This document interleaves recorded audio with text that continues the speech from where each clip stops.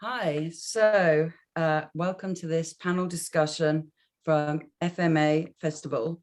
And I'm just going to briefly introduce what the discussion will be about. So it's about mental health in fashion, particularly related to men, and it's part of the Fashion Minority Alliance Festival. So I'm Dr. Carolyn Mayer. I'm a behavioural psychologist working as a consultant in the fashion industry. I'm a chartered psychologist and fellow of the British Psychological Society. And as a result of my work with people outside the psychology profession, I was awarded the Distinguished Contributions to Psychology Education Award in 2017.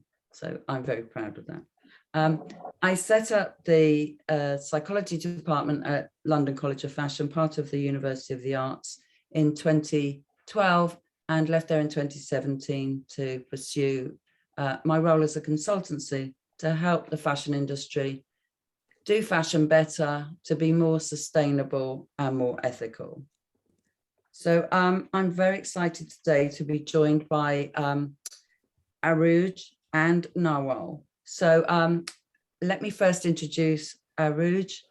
Please tell us a little bit about yourself and how you came to the journey of mental health. Hi, so I'm Arooj Aftab. I'm 25 years old and I work in fashion business.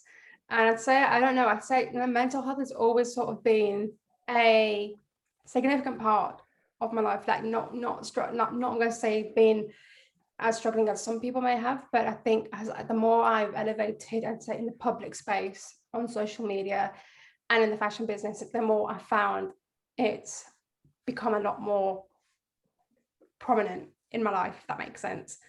So I work in the diversity and inclusion space. I'm a diversity and inclusion consultant. I also have my own Instagram page where I would work with brands and collaborations as a content creator. And I also illustrate. So I have a very creative flair. And I've noticed that when I've been in that space, I'm so critical of myself because it's kind of like I do one amazing thing, but now I've got to maintain that amazingness. Otherwise, if I don't, then I'm finished. And it's kind of, but that's me putting my own thoughts in my head, not just being realistic. But I'd say in terms of mental health, I've always kind of struggled to sort of say what it is. I know what it is, but I've never really faced forward, whether that's therapy or counseling or any of that. I've been a bit stubborn with it. I don't need it yet. But I think the beauty in that is you do it when you're ready, right? And I think if you're ready for something, you'll do it. But yeah, I say it's had its ups and downs, but I'm also a person that can acknowledge how I'm feeling, but not at the same time. So I'm still on that journey. Like I'm only 25, like I'm still learning.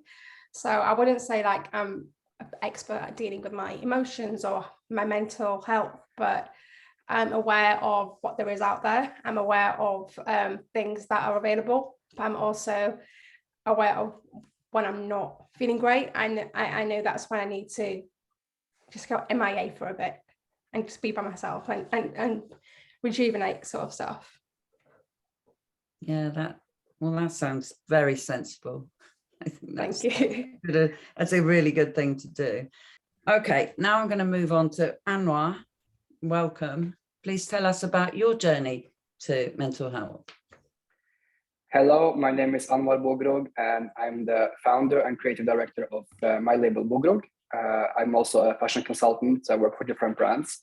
So my journey with mental health has always been, it's actually been a life project. I think it's something that you will never be perfect at. And I think I'm the kind of person to always really believe that I can do it by myself. So diving into the world of psychology and asking for help, really having some sort of like life coach or therapist by my side has been crucial in all ways of my life. I mean, also in terms of business, in terms of career and personal growth, relationships, like everything is affected by my mental health. And people might think that I'm like super happy and normal and everything, but what goes on inside my head is completely different. So dealing with it has definitely been something that's been very important, especially during the pandemic, where everything was kind of peaking, especially in terms of anxiety and fears. Everything was like on on its worst. So yeah, for me, mental health is really a life project that I have to deal with forever. Yes, I think that's a really important point there. And I think, you know, we all have mental health. It's like temperature, and we have to maintain good mental health in order to function in a world which is very difficult. You know, life's a struggle, I think. So, you know, managing good mental health is something that we can practice and become better at. But there is no such thing as perfect mental health. I mean, what is that? It's exactly what you said. So how do you look after your own mental health? You mentioned sort of self-coaching, self-therapy. How do you do that, Anwar? So first, I'm very interested in this topic, so I read a lot online, and I just Google also a lot of symptoms like anxiety when being in groups of many people, and then there's a lot of information out there on how to deal with it. And at some point, yes, I can help myself, and I can make sure that I have that inner dialogue with myself. But sometimes I also need like professional help. And I mean, I've been seeing a therapist regularly, and this helps a lot because it puts things in perspective, and it kind of gives you that guidance. Yes. And sometimes it just, it gives importance to the important things, and it gives less importance to less important things. So you also get, we might sometimes really feel that the smaller things matter, but in the end, when someone can help you and tell like, listen, this doesn't matter. For instance, what people think about you, it doesn't really matter. Yeah. But what you think about yourself, that really matters. So, that's where do you put your energy, and some sort of life coach, therapist, whatever you want, whatever you want to call it, or whatever that person, what kind of title that person has, that person can really guide you on that path to put the right time and energy on the right problem, so to speak. Exactly. And that's a really good point. And I think what I would draw out of that is that we can help ourselves in some ways, but there is some point where we can get help from other people from outside, whether that's a professional, as you say, a therapist, or it can be from our friends, to start with. But there is some point when we know that we should be reaching out to somebody else. So Aruj, this question for you. What do you do if you're worried about your own mental health or somebody else's mental health? What do you do? So I'm going to be completely transparent with my own. I'm very stubborn. Like, I'm a very stubborn person when it comes to my own, and I'm like, I'm fine, whatever. Like, I won't do anything about it. This is I'll openly admit that I'll probably just take some time out. I don't know. I think as a creative person, I've got like almost 20,000 tabs open in my head, and I'm like, work is going to distract me. So I'm going to focus on art, and I'm going to do this. But I'm learning, obviously, that maybe I just need to pause for a bit, and the world doesn't stop if I stop working for like one day. It's fine. But I'll be honest, I'm learning how to deal with myself. I'm still learning little things, like I'm not completely there yet of self-coaching and snapping out of things. But yeah, so I'm still on that journey. But when it comes to other people's mental health, like, I don't know, for me, I've got a really strong sense of intuition, but also emotional intelligence. So even if I'm messaging one of my friends by text, and I know I can sense something's off, or even just looking at a person's body language and their face. I think I'm very kind of well inclined when it comes to that. So however, if someone's displaying obvious signs of mental health struggles, I know that there's a fine boundary, because it's not your position to tell them what to do. However, you can give it your hand. And I think that's a fine line, because even me, like, I don't like people telling me what to do when it comes to my mental health. Like, you can't tell me how to feel. But so I know there's a fine line. And obviously, if you're not a qualified therapist and you've got a friend, you can't play that therapy role, but you can be there for them. So I think it's a very kind of careful thing of how you approach it, is just letting them know that you're there for them, and letting them know that you're available for them. And if they want to talk at their own pace, at their own comfort, but still naturally checking in with them, like, oh, how are you feeling today? That's not, that's fine. But I think constantly asking that to somebody is going to overwhelm them, for me, in my experiences, from what I've learned. But I think, just letting them know 100% that you're there. And if they ever need anything, they can come to you, but also making yourself available as well, in that time of need for them. Yeah, absolutely. And that's so important, that that we have a strong support system. Yeah. And you're absolutely right. We absolutely shouldn't tell people what to do. You know, even professional, experienced psychologists would not tell people what to do. They will guide and ask and allow people to find their own solutions to the problems that they may be experiencing and their own solutions to getting out of those. But being there for someone and picking up on these very subtle, you know, symptoms or signals is really key. So that's great that you're able to do that. I think that's really, really important.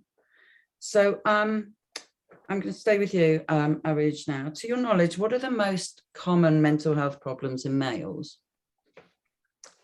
Or if you're not sure about males, if you don't separate out, I mean, I'm not a huge fan of separating out genders. So if you want to just say, what are the most common mental health problems that we're seeing at the moment?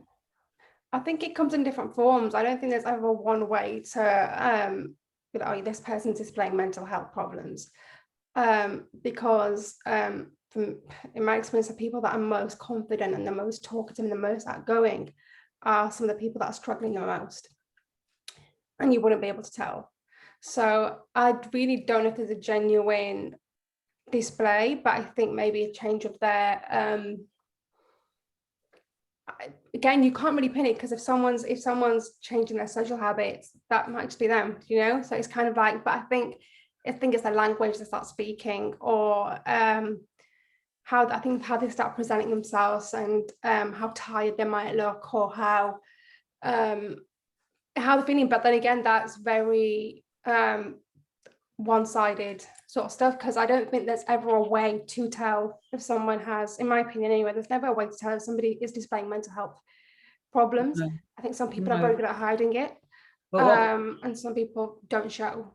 And that's the scary thing about it, is the people that don't show it, because you just don't know.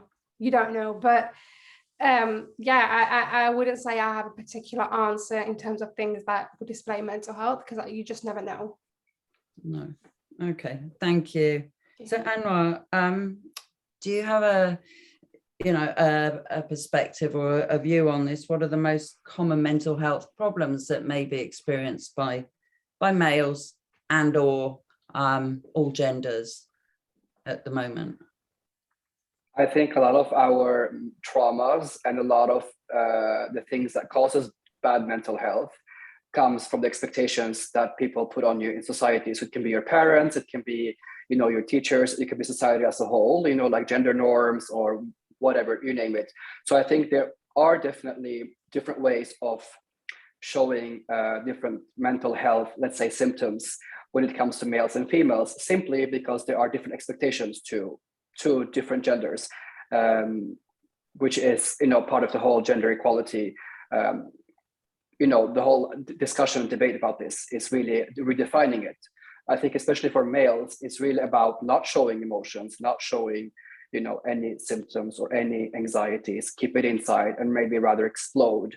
And this is, I think, how we see a lot of toxic masculinity today. I think the dialogue about mental health is something that's been very predominantly women, brave women that talk about their issues and their problems, and males, they maybe don't feel that they can connect to that. So it's completely new territory. And I know from personal experiences with people that I know that, you know, women are much easier in talking about this and expressing the things they're going through, the things they talk about with therapists, whilst for men, it's still a shame.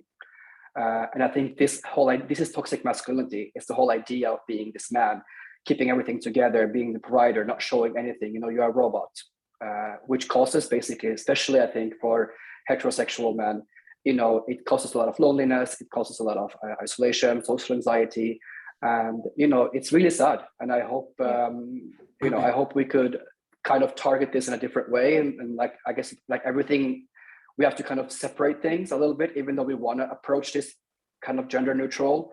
But the reality is that it's not. I think women are way ahead of the curve when it comes to dealing with mental health issues, while for men, it's still taboo. It's still a showing weakness. And yeah, it would be great to kind of like break that barrier somehow.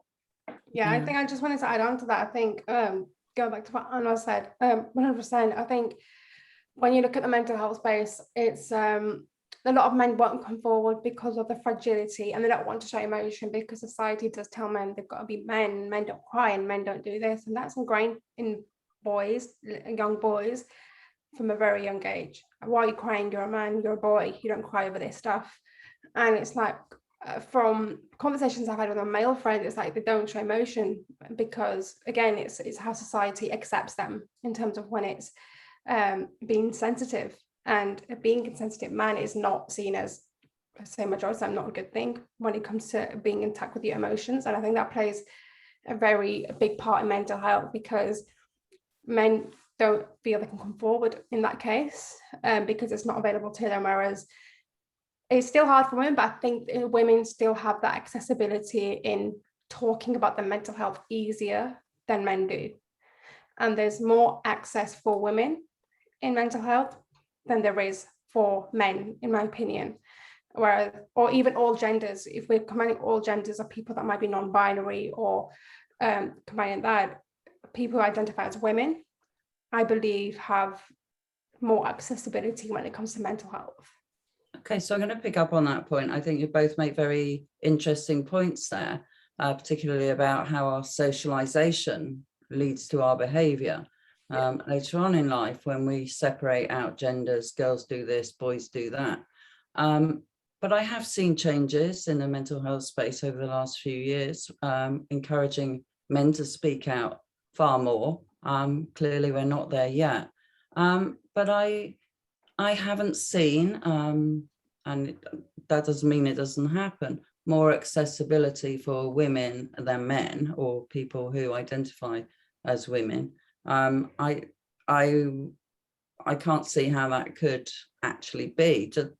I think if people, anybody, however they identify, comes forward with, presenting mental health problems, whatever they are, the accessibility, the problem of accessibility is not gender related, it's resource related, that we simply don't have enough therapists, counselors trained in a position to help anybody. Sorry to interrupt on that, but even when it comes to that, so I'm Pakistani and Kashmiri, so it's also having a therapist that understands your background. I'm a Muslim woman as well, so your religious beliefs. And I think one time that I did get therapy, I did have a woman who's white, but no understanding of my religion, my culture, my background. And it's a very European sort of white way of dealing with things. And I think that's a problem when it comes to resources. It's having the therapists that have the knowledge of each person's backgrounds and religious beliefs. Absolutely. Black and brown more black and brown therapists, more non-binary therapists, more LGBTQ plus therapists. So I think it's really important.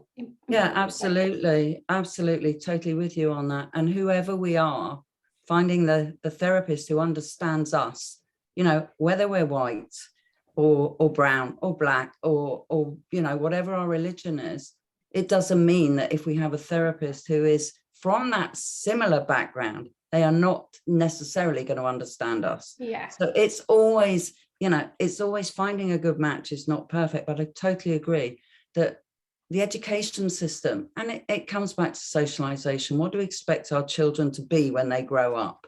Yeah. What do parents encourage their children to be? And if we could see this more in more diverse populations, to have more representation. We talk about it in fashion a lot, but what we need is in all professions, all industries. You're absolutely right about getting the psychologists who would do this work with people who are more closely aligned with them, who then are more likely to understand where they're coming from. So yeah, totally. I think that's a really good point you've made there, Arooj. It's not a short-term solution to that.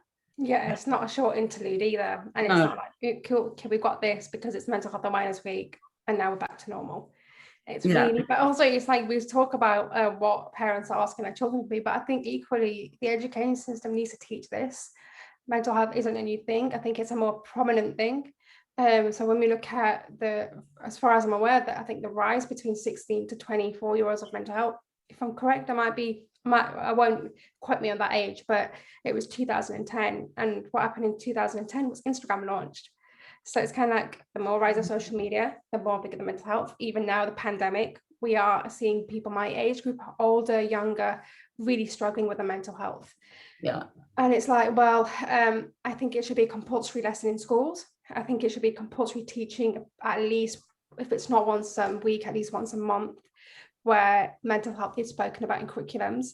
I think, but then that also would ring alarm bells of people to know that mental health is okay. It's okay to not be 100%, because I think people are so shamed for feeling not great, and they're taught to feel grateful for where they are. They've got a roof over their head, they've got food, it's like there's always this comparison if you're not feeling great.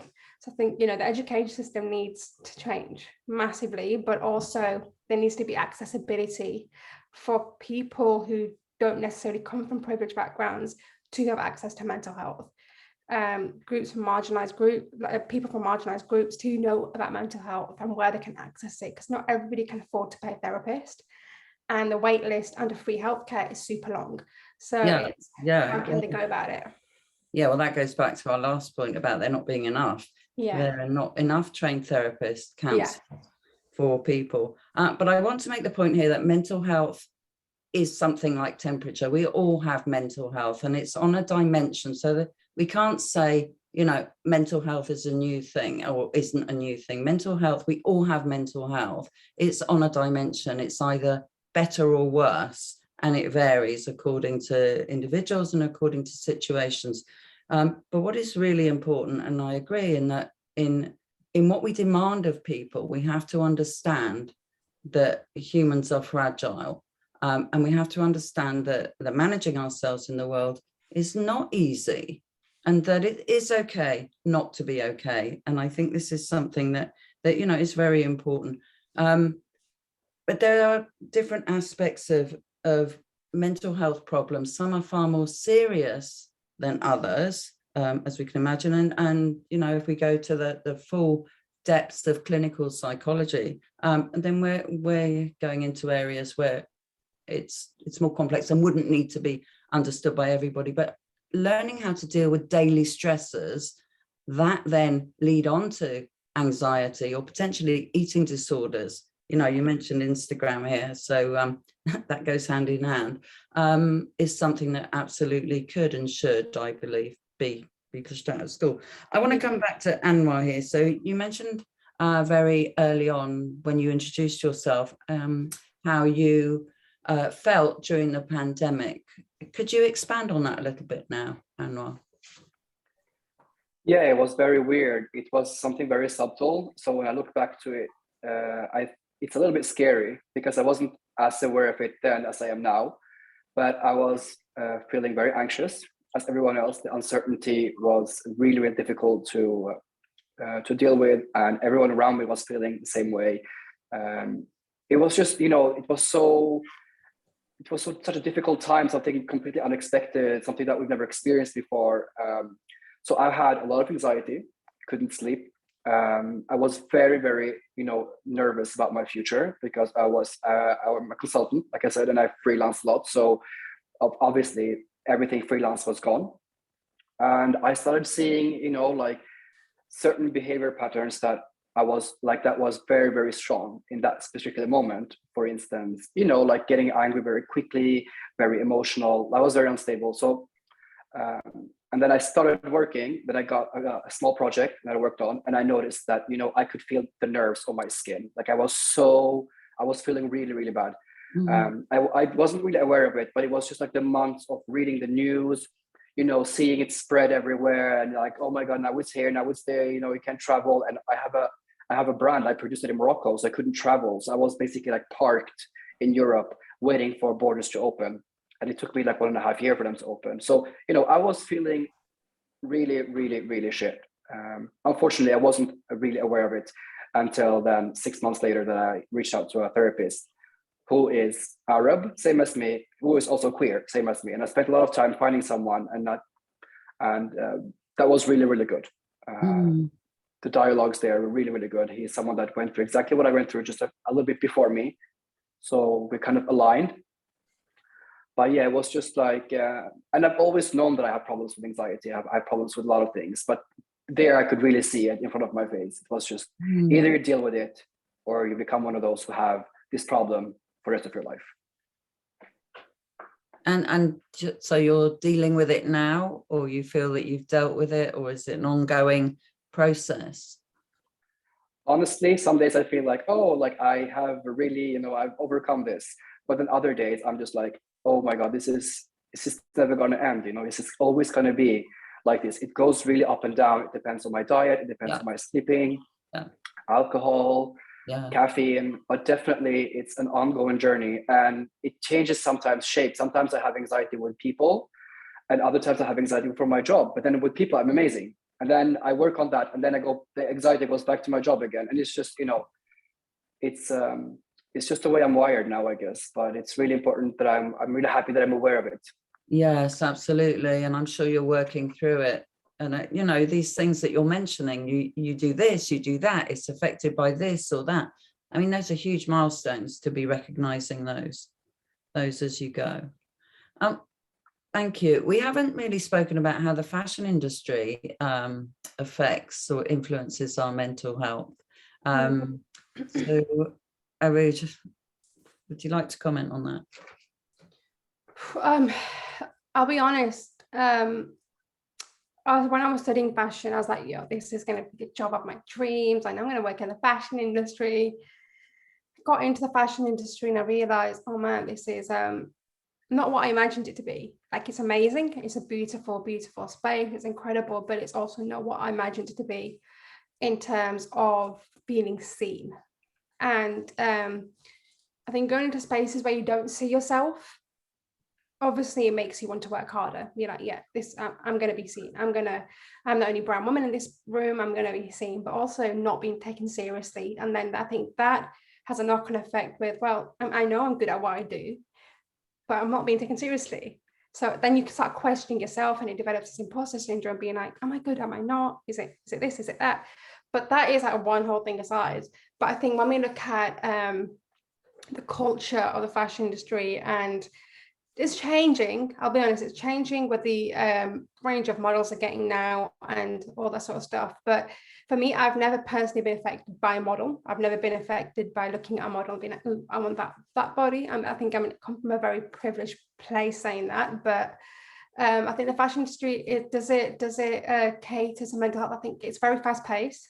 There's a bit of like, I felt like when I started, I had to be a certain way to fit in. And I've realized when you just sort of ground yourself and you're like, well, no, this is me, you feel way much more better. I'm not changing myself for anyone to be accepted by somebody who sees themselves as superior as me.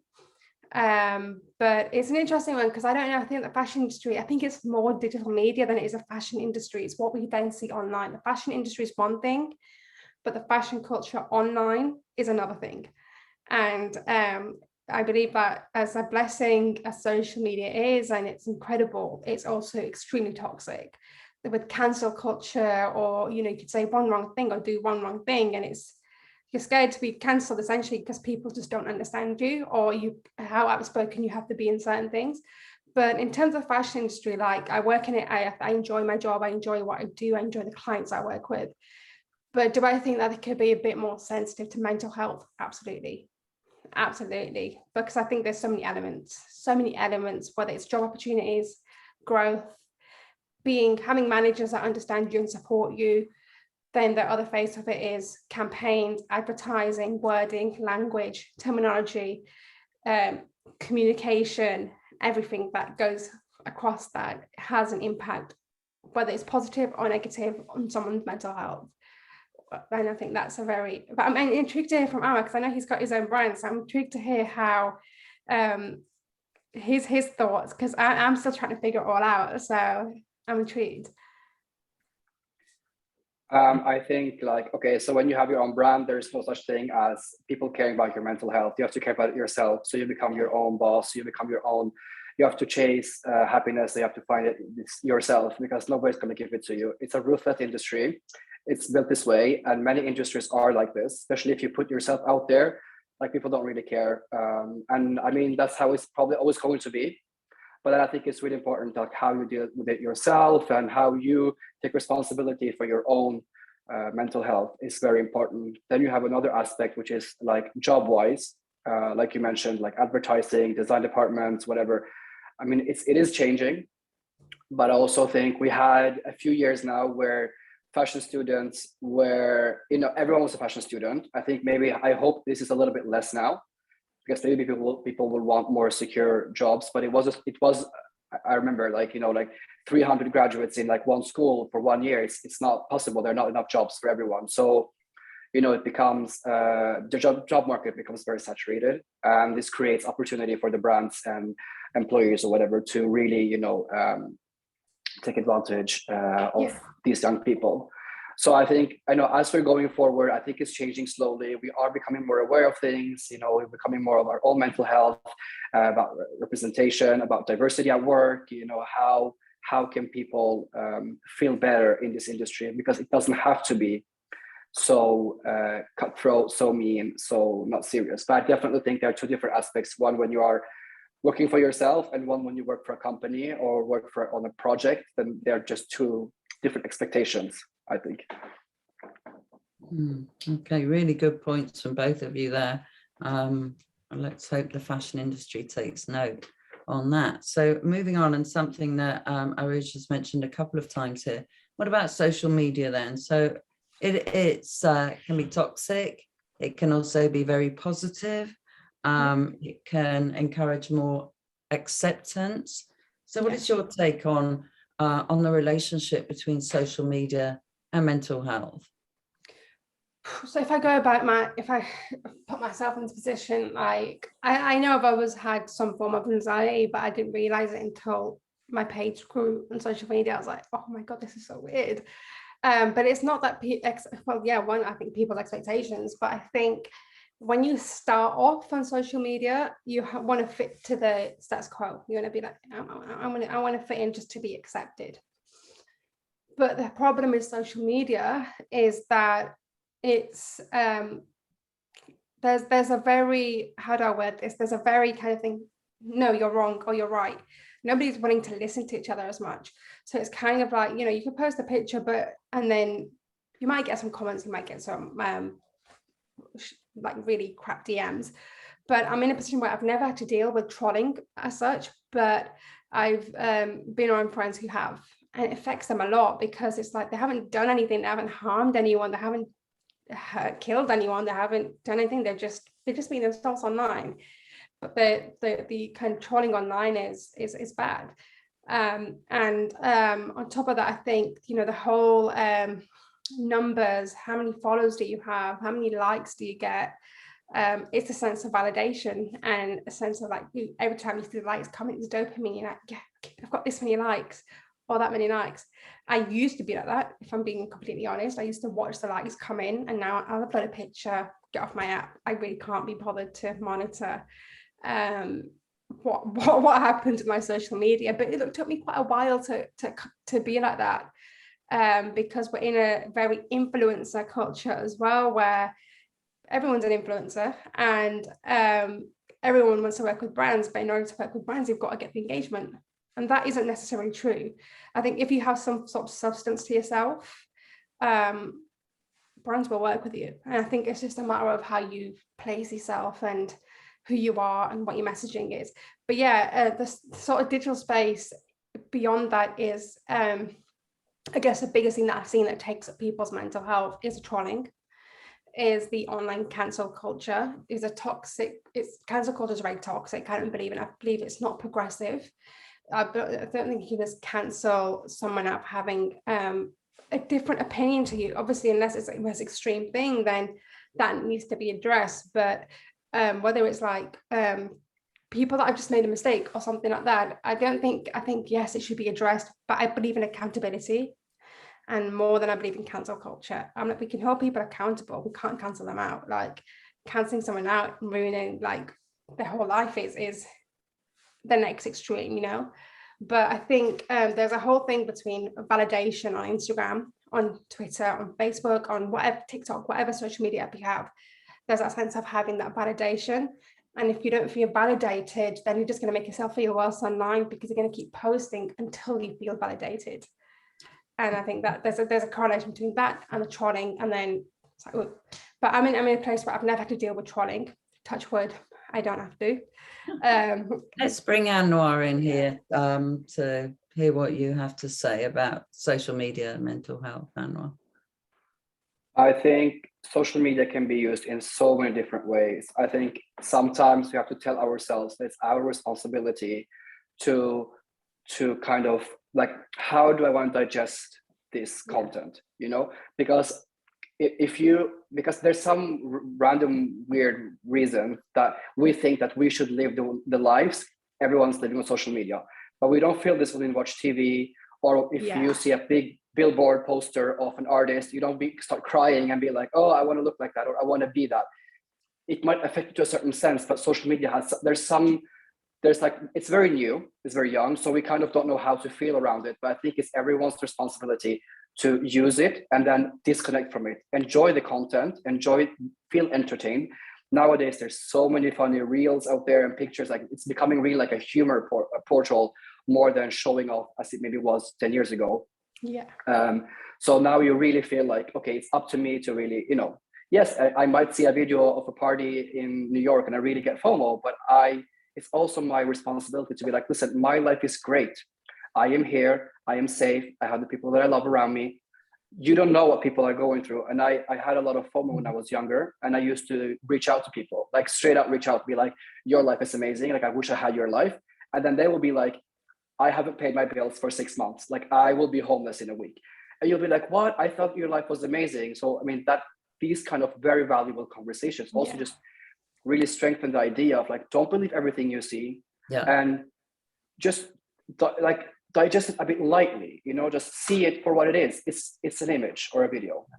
It's not real. I totally agree with you. And I think this idea of having media literacy, this idea about knowing what to believe, what to care about, what to let bother us or stress us is something, and that's a skill really, because we start off, you know, young and vulnerable, and, you know, believing what we see, and it takes some experience and skills to be able to reach out to people, as Anwar has just suggested, and to know when things aren't what they seem to be. And actually that happens in real life as well as on social media. You know, we can begin to use our judgment about, you know, what is actually authentic. I mean, you mentioned this earlier, Arooj, not being able to know what's going on underneath what people present.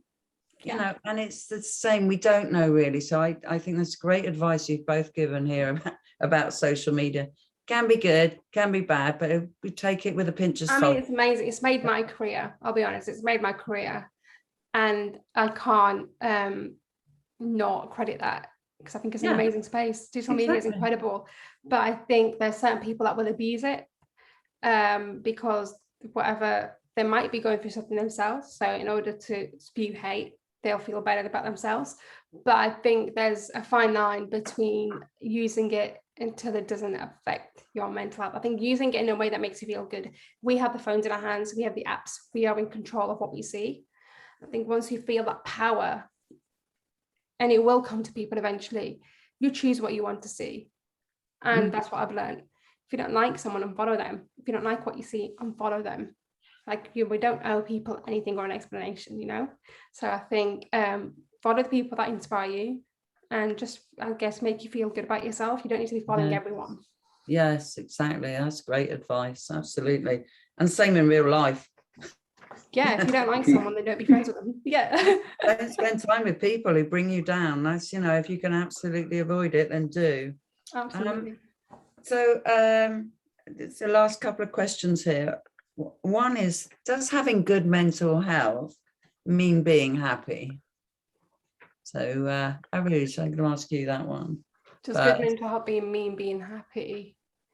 I think that's very subjective. No.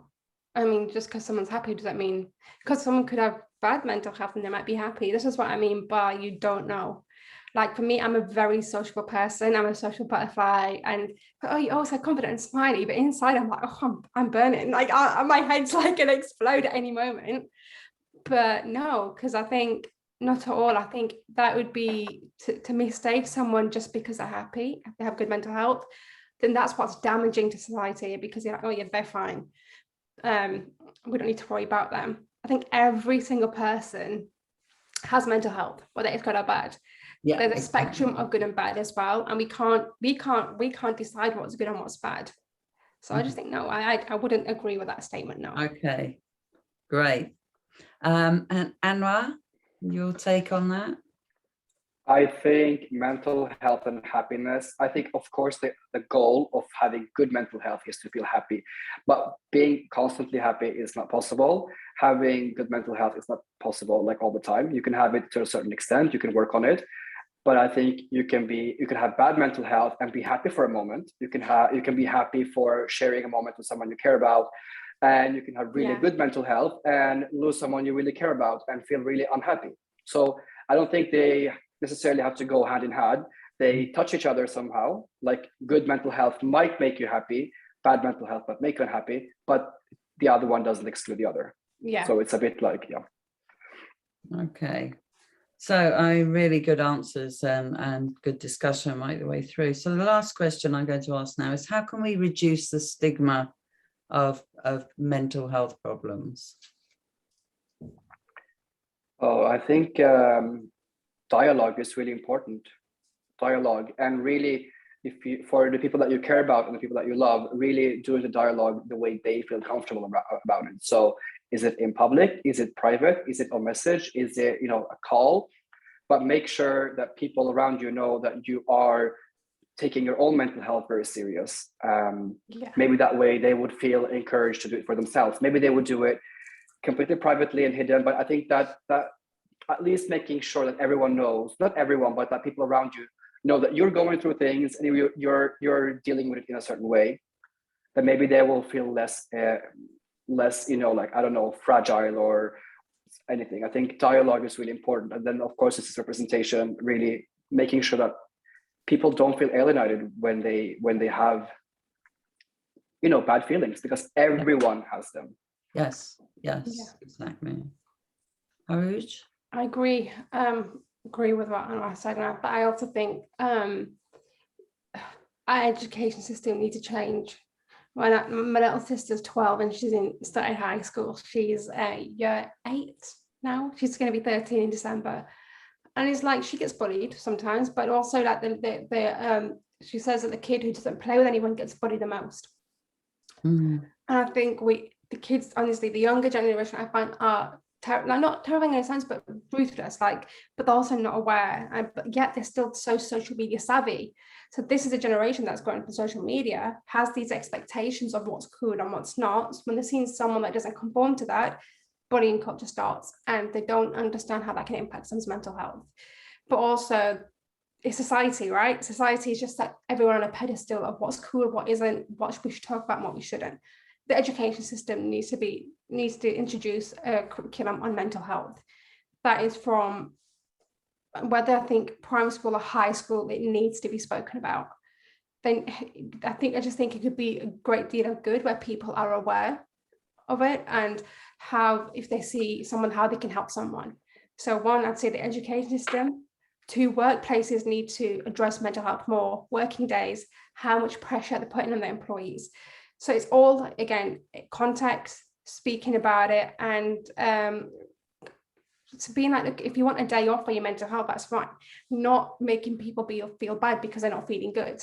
So it's context, it's education, it's normalizing the conversation in household amongst peer groups, but also the way advertising is, the language and terminology used within that, how inclusive is it to all communities.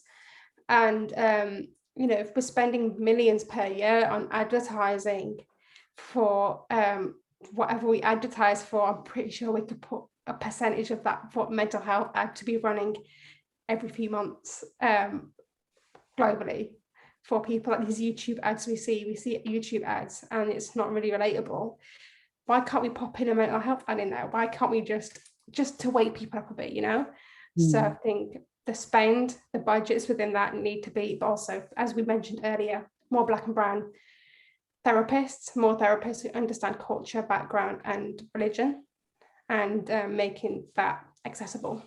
Yeah, and more therapists Yeah. in general. More Yeah, in general, totally. just more therapists. Yeah. Totally agree. Yeah, and I think talking about it, making it a part of everyday conversation where, you know, we might talk about our physical health in a conversation, you know, now we can talk about our mental health in a everyday conversation with people, and then it becomes destigmatized. So that's what we hope for, not only in the fashion industry, but in the fashion industry and everywhere else. Every industry, yeah. Yeah, and that would be wonderful. So I think we've run out of time now, but it's been a great discussion and had some really good points, yeah, from both of you. So thank you very much, Anwar. Thank you, Arooj. Great points, great insightful discussions of, you know, of your worlds and advice to other people.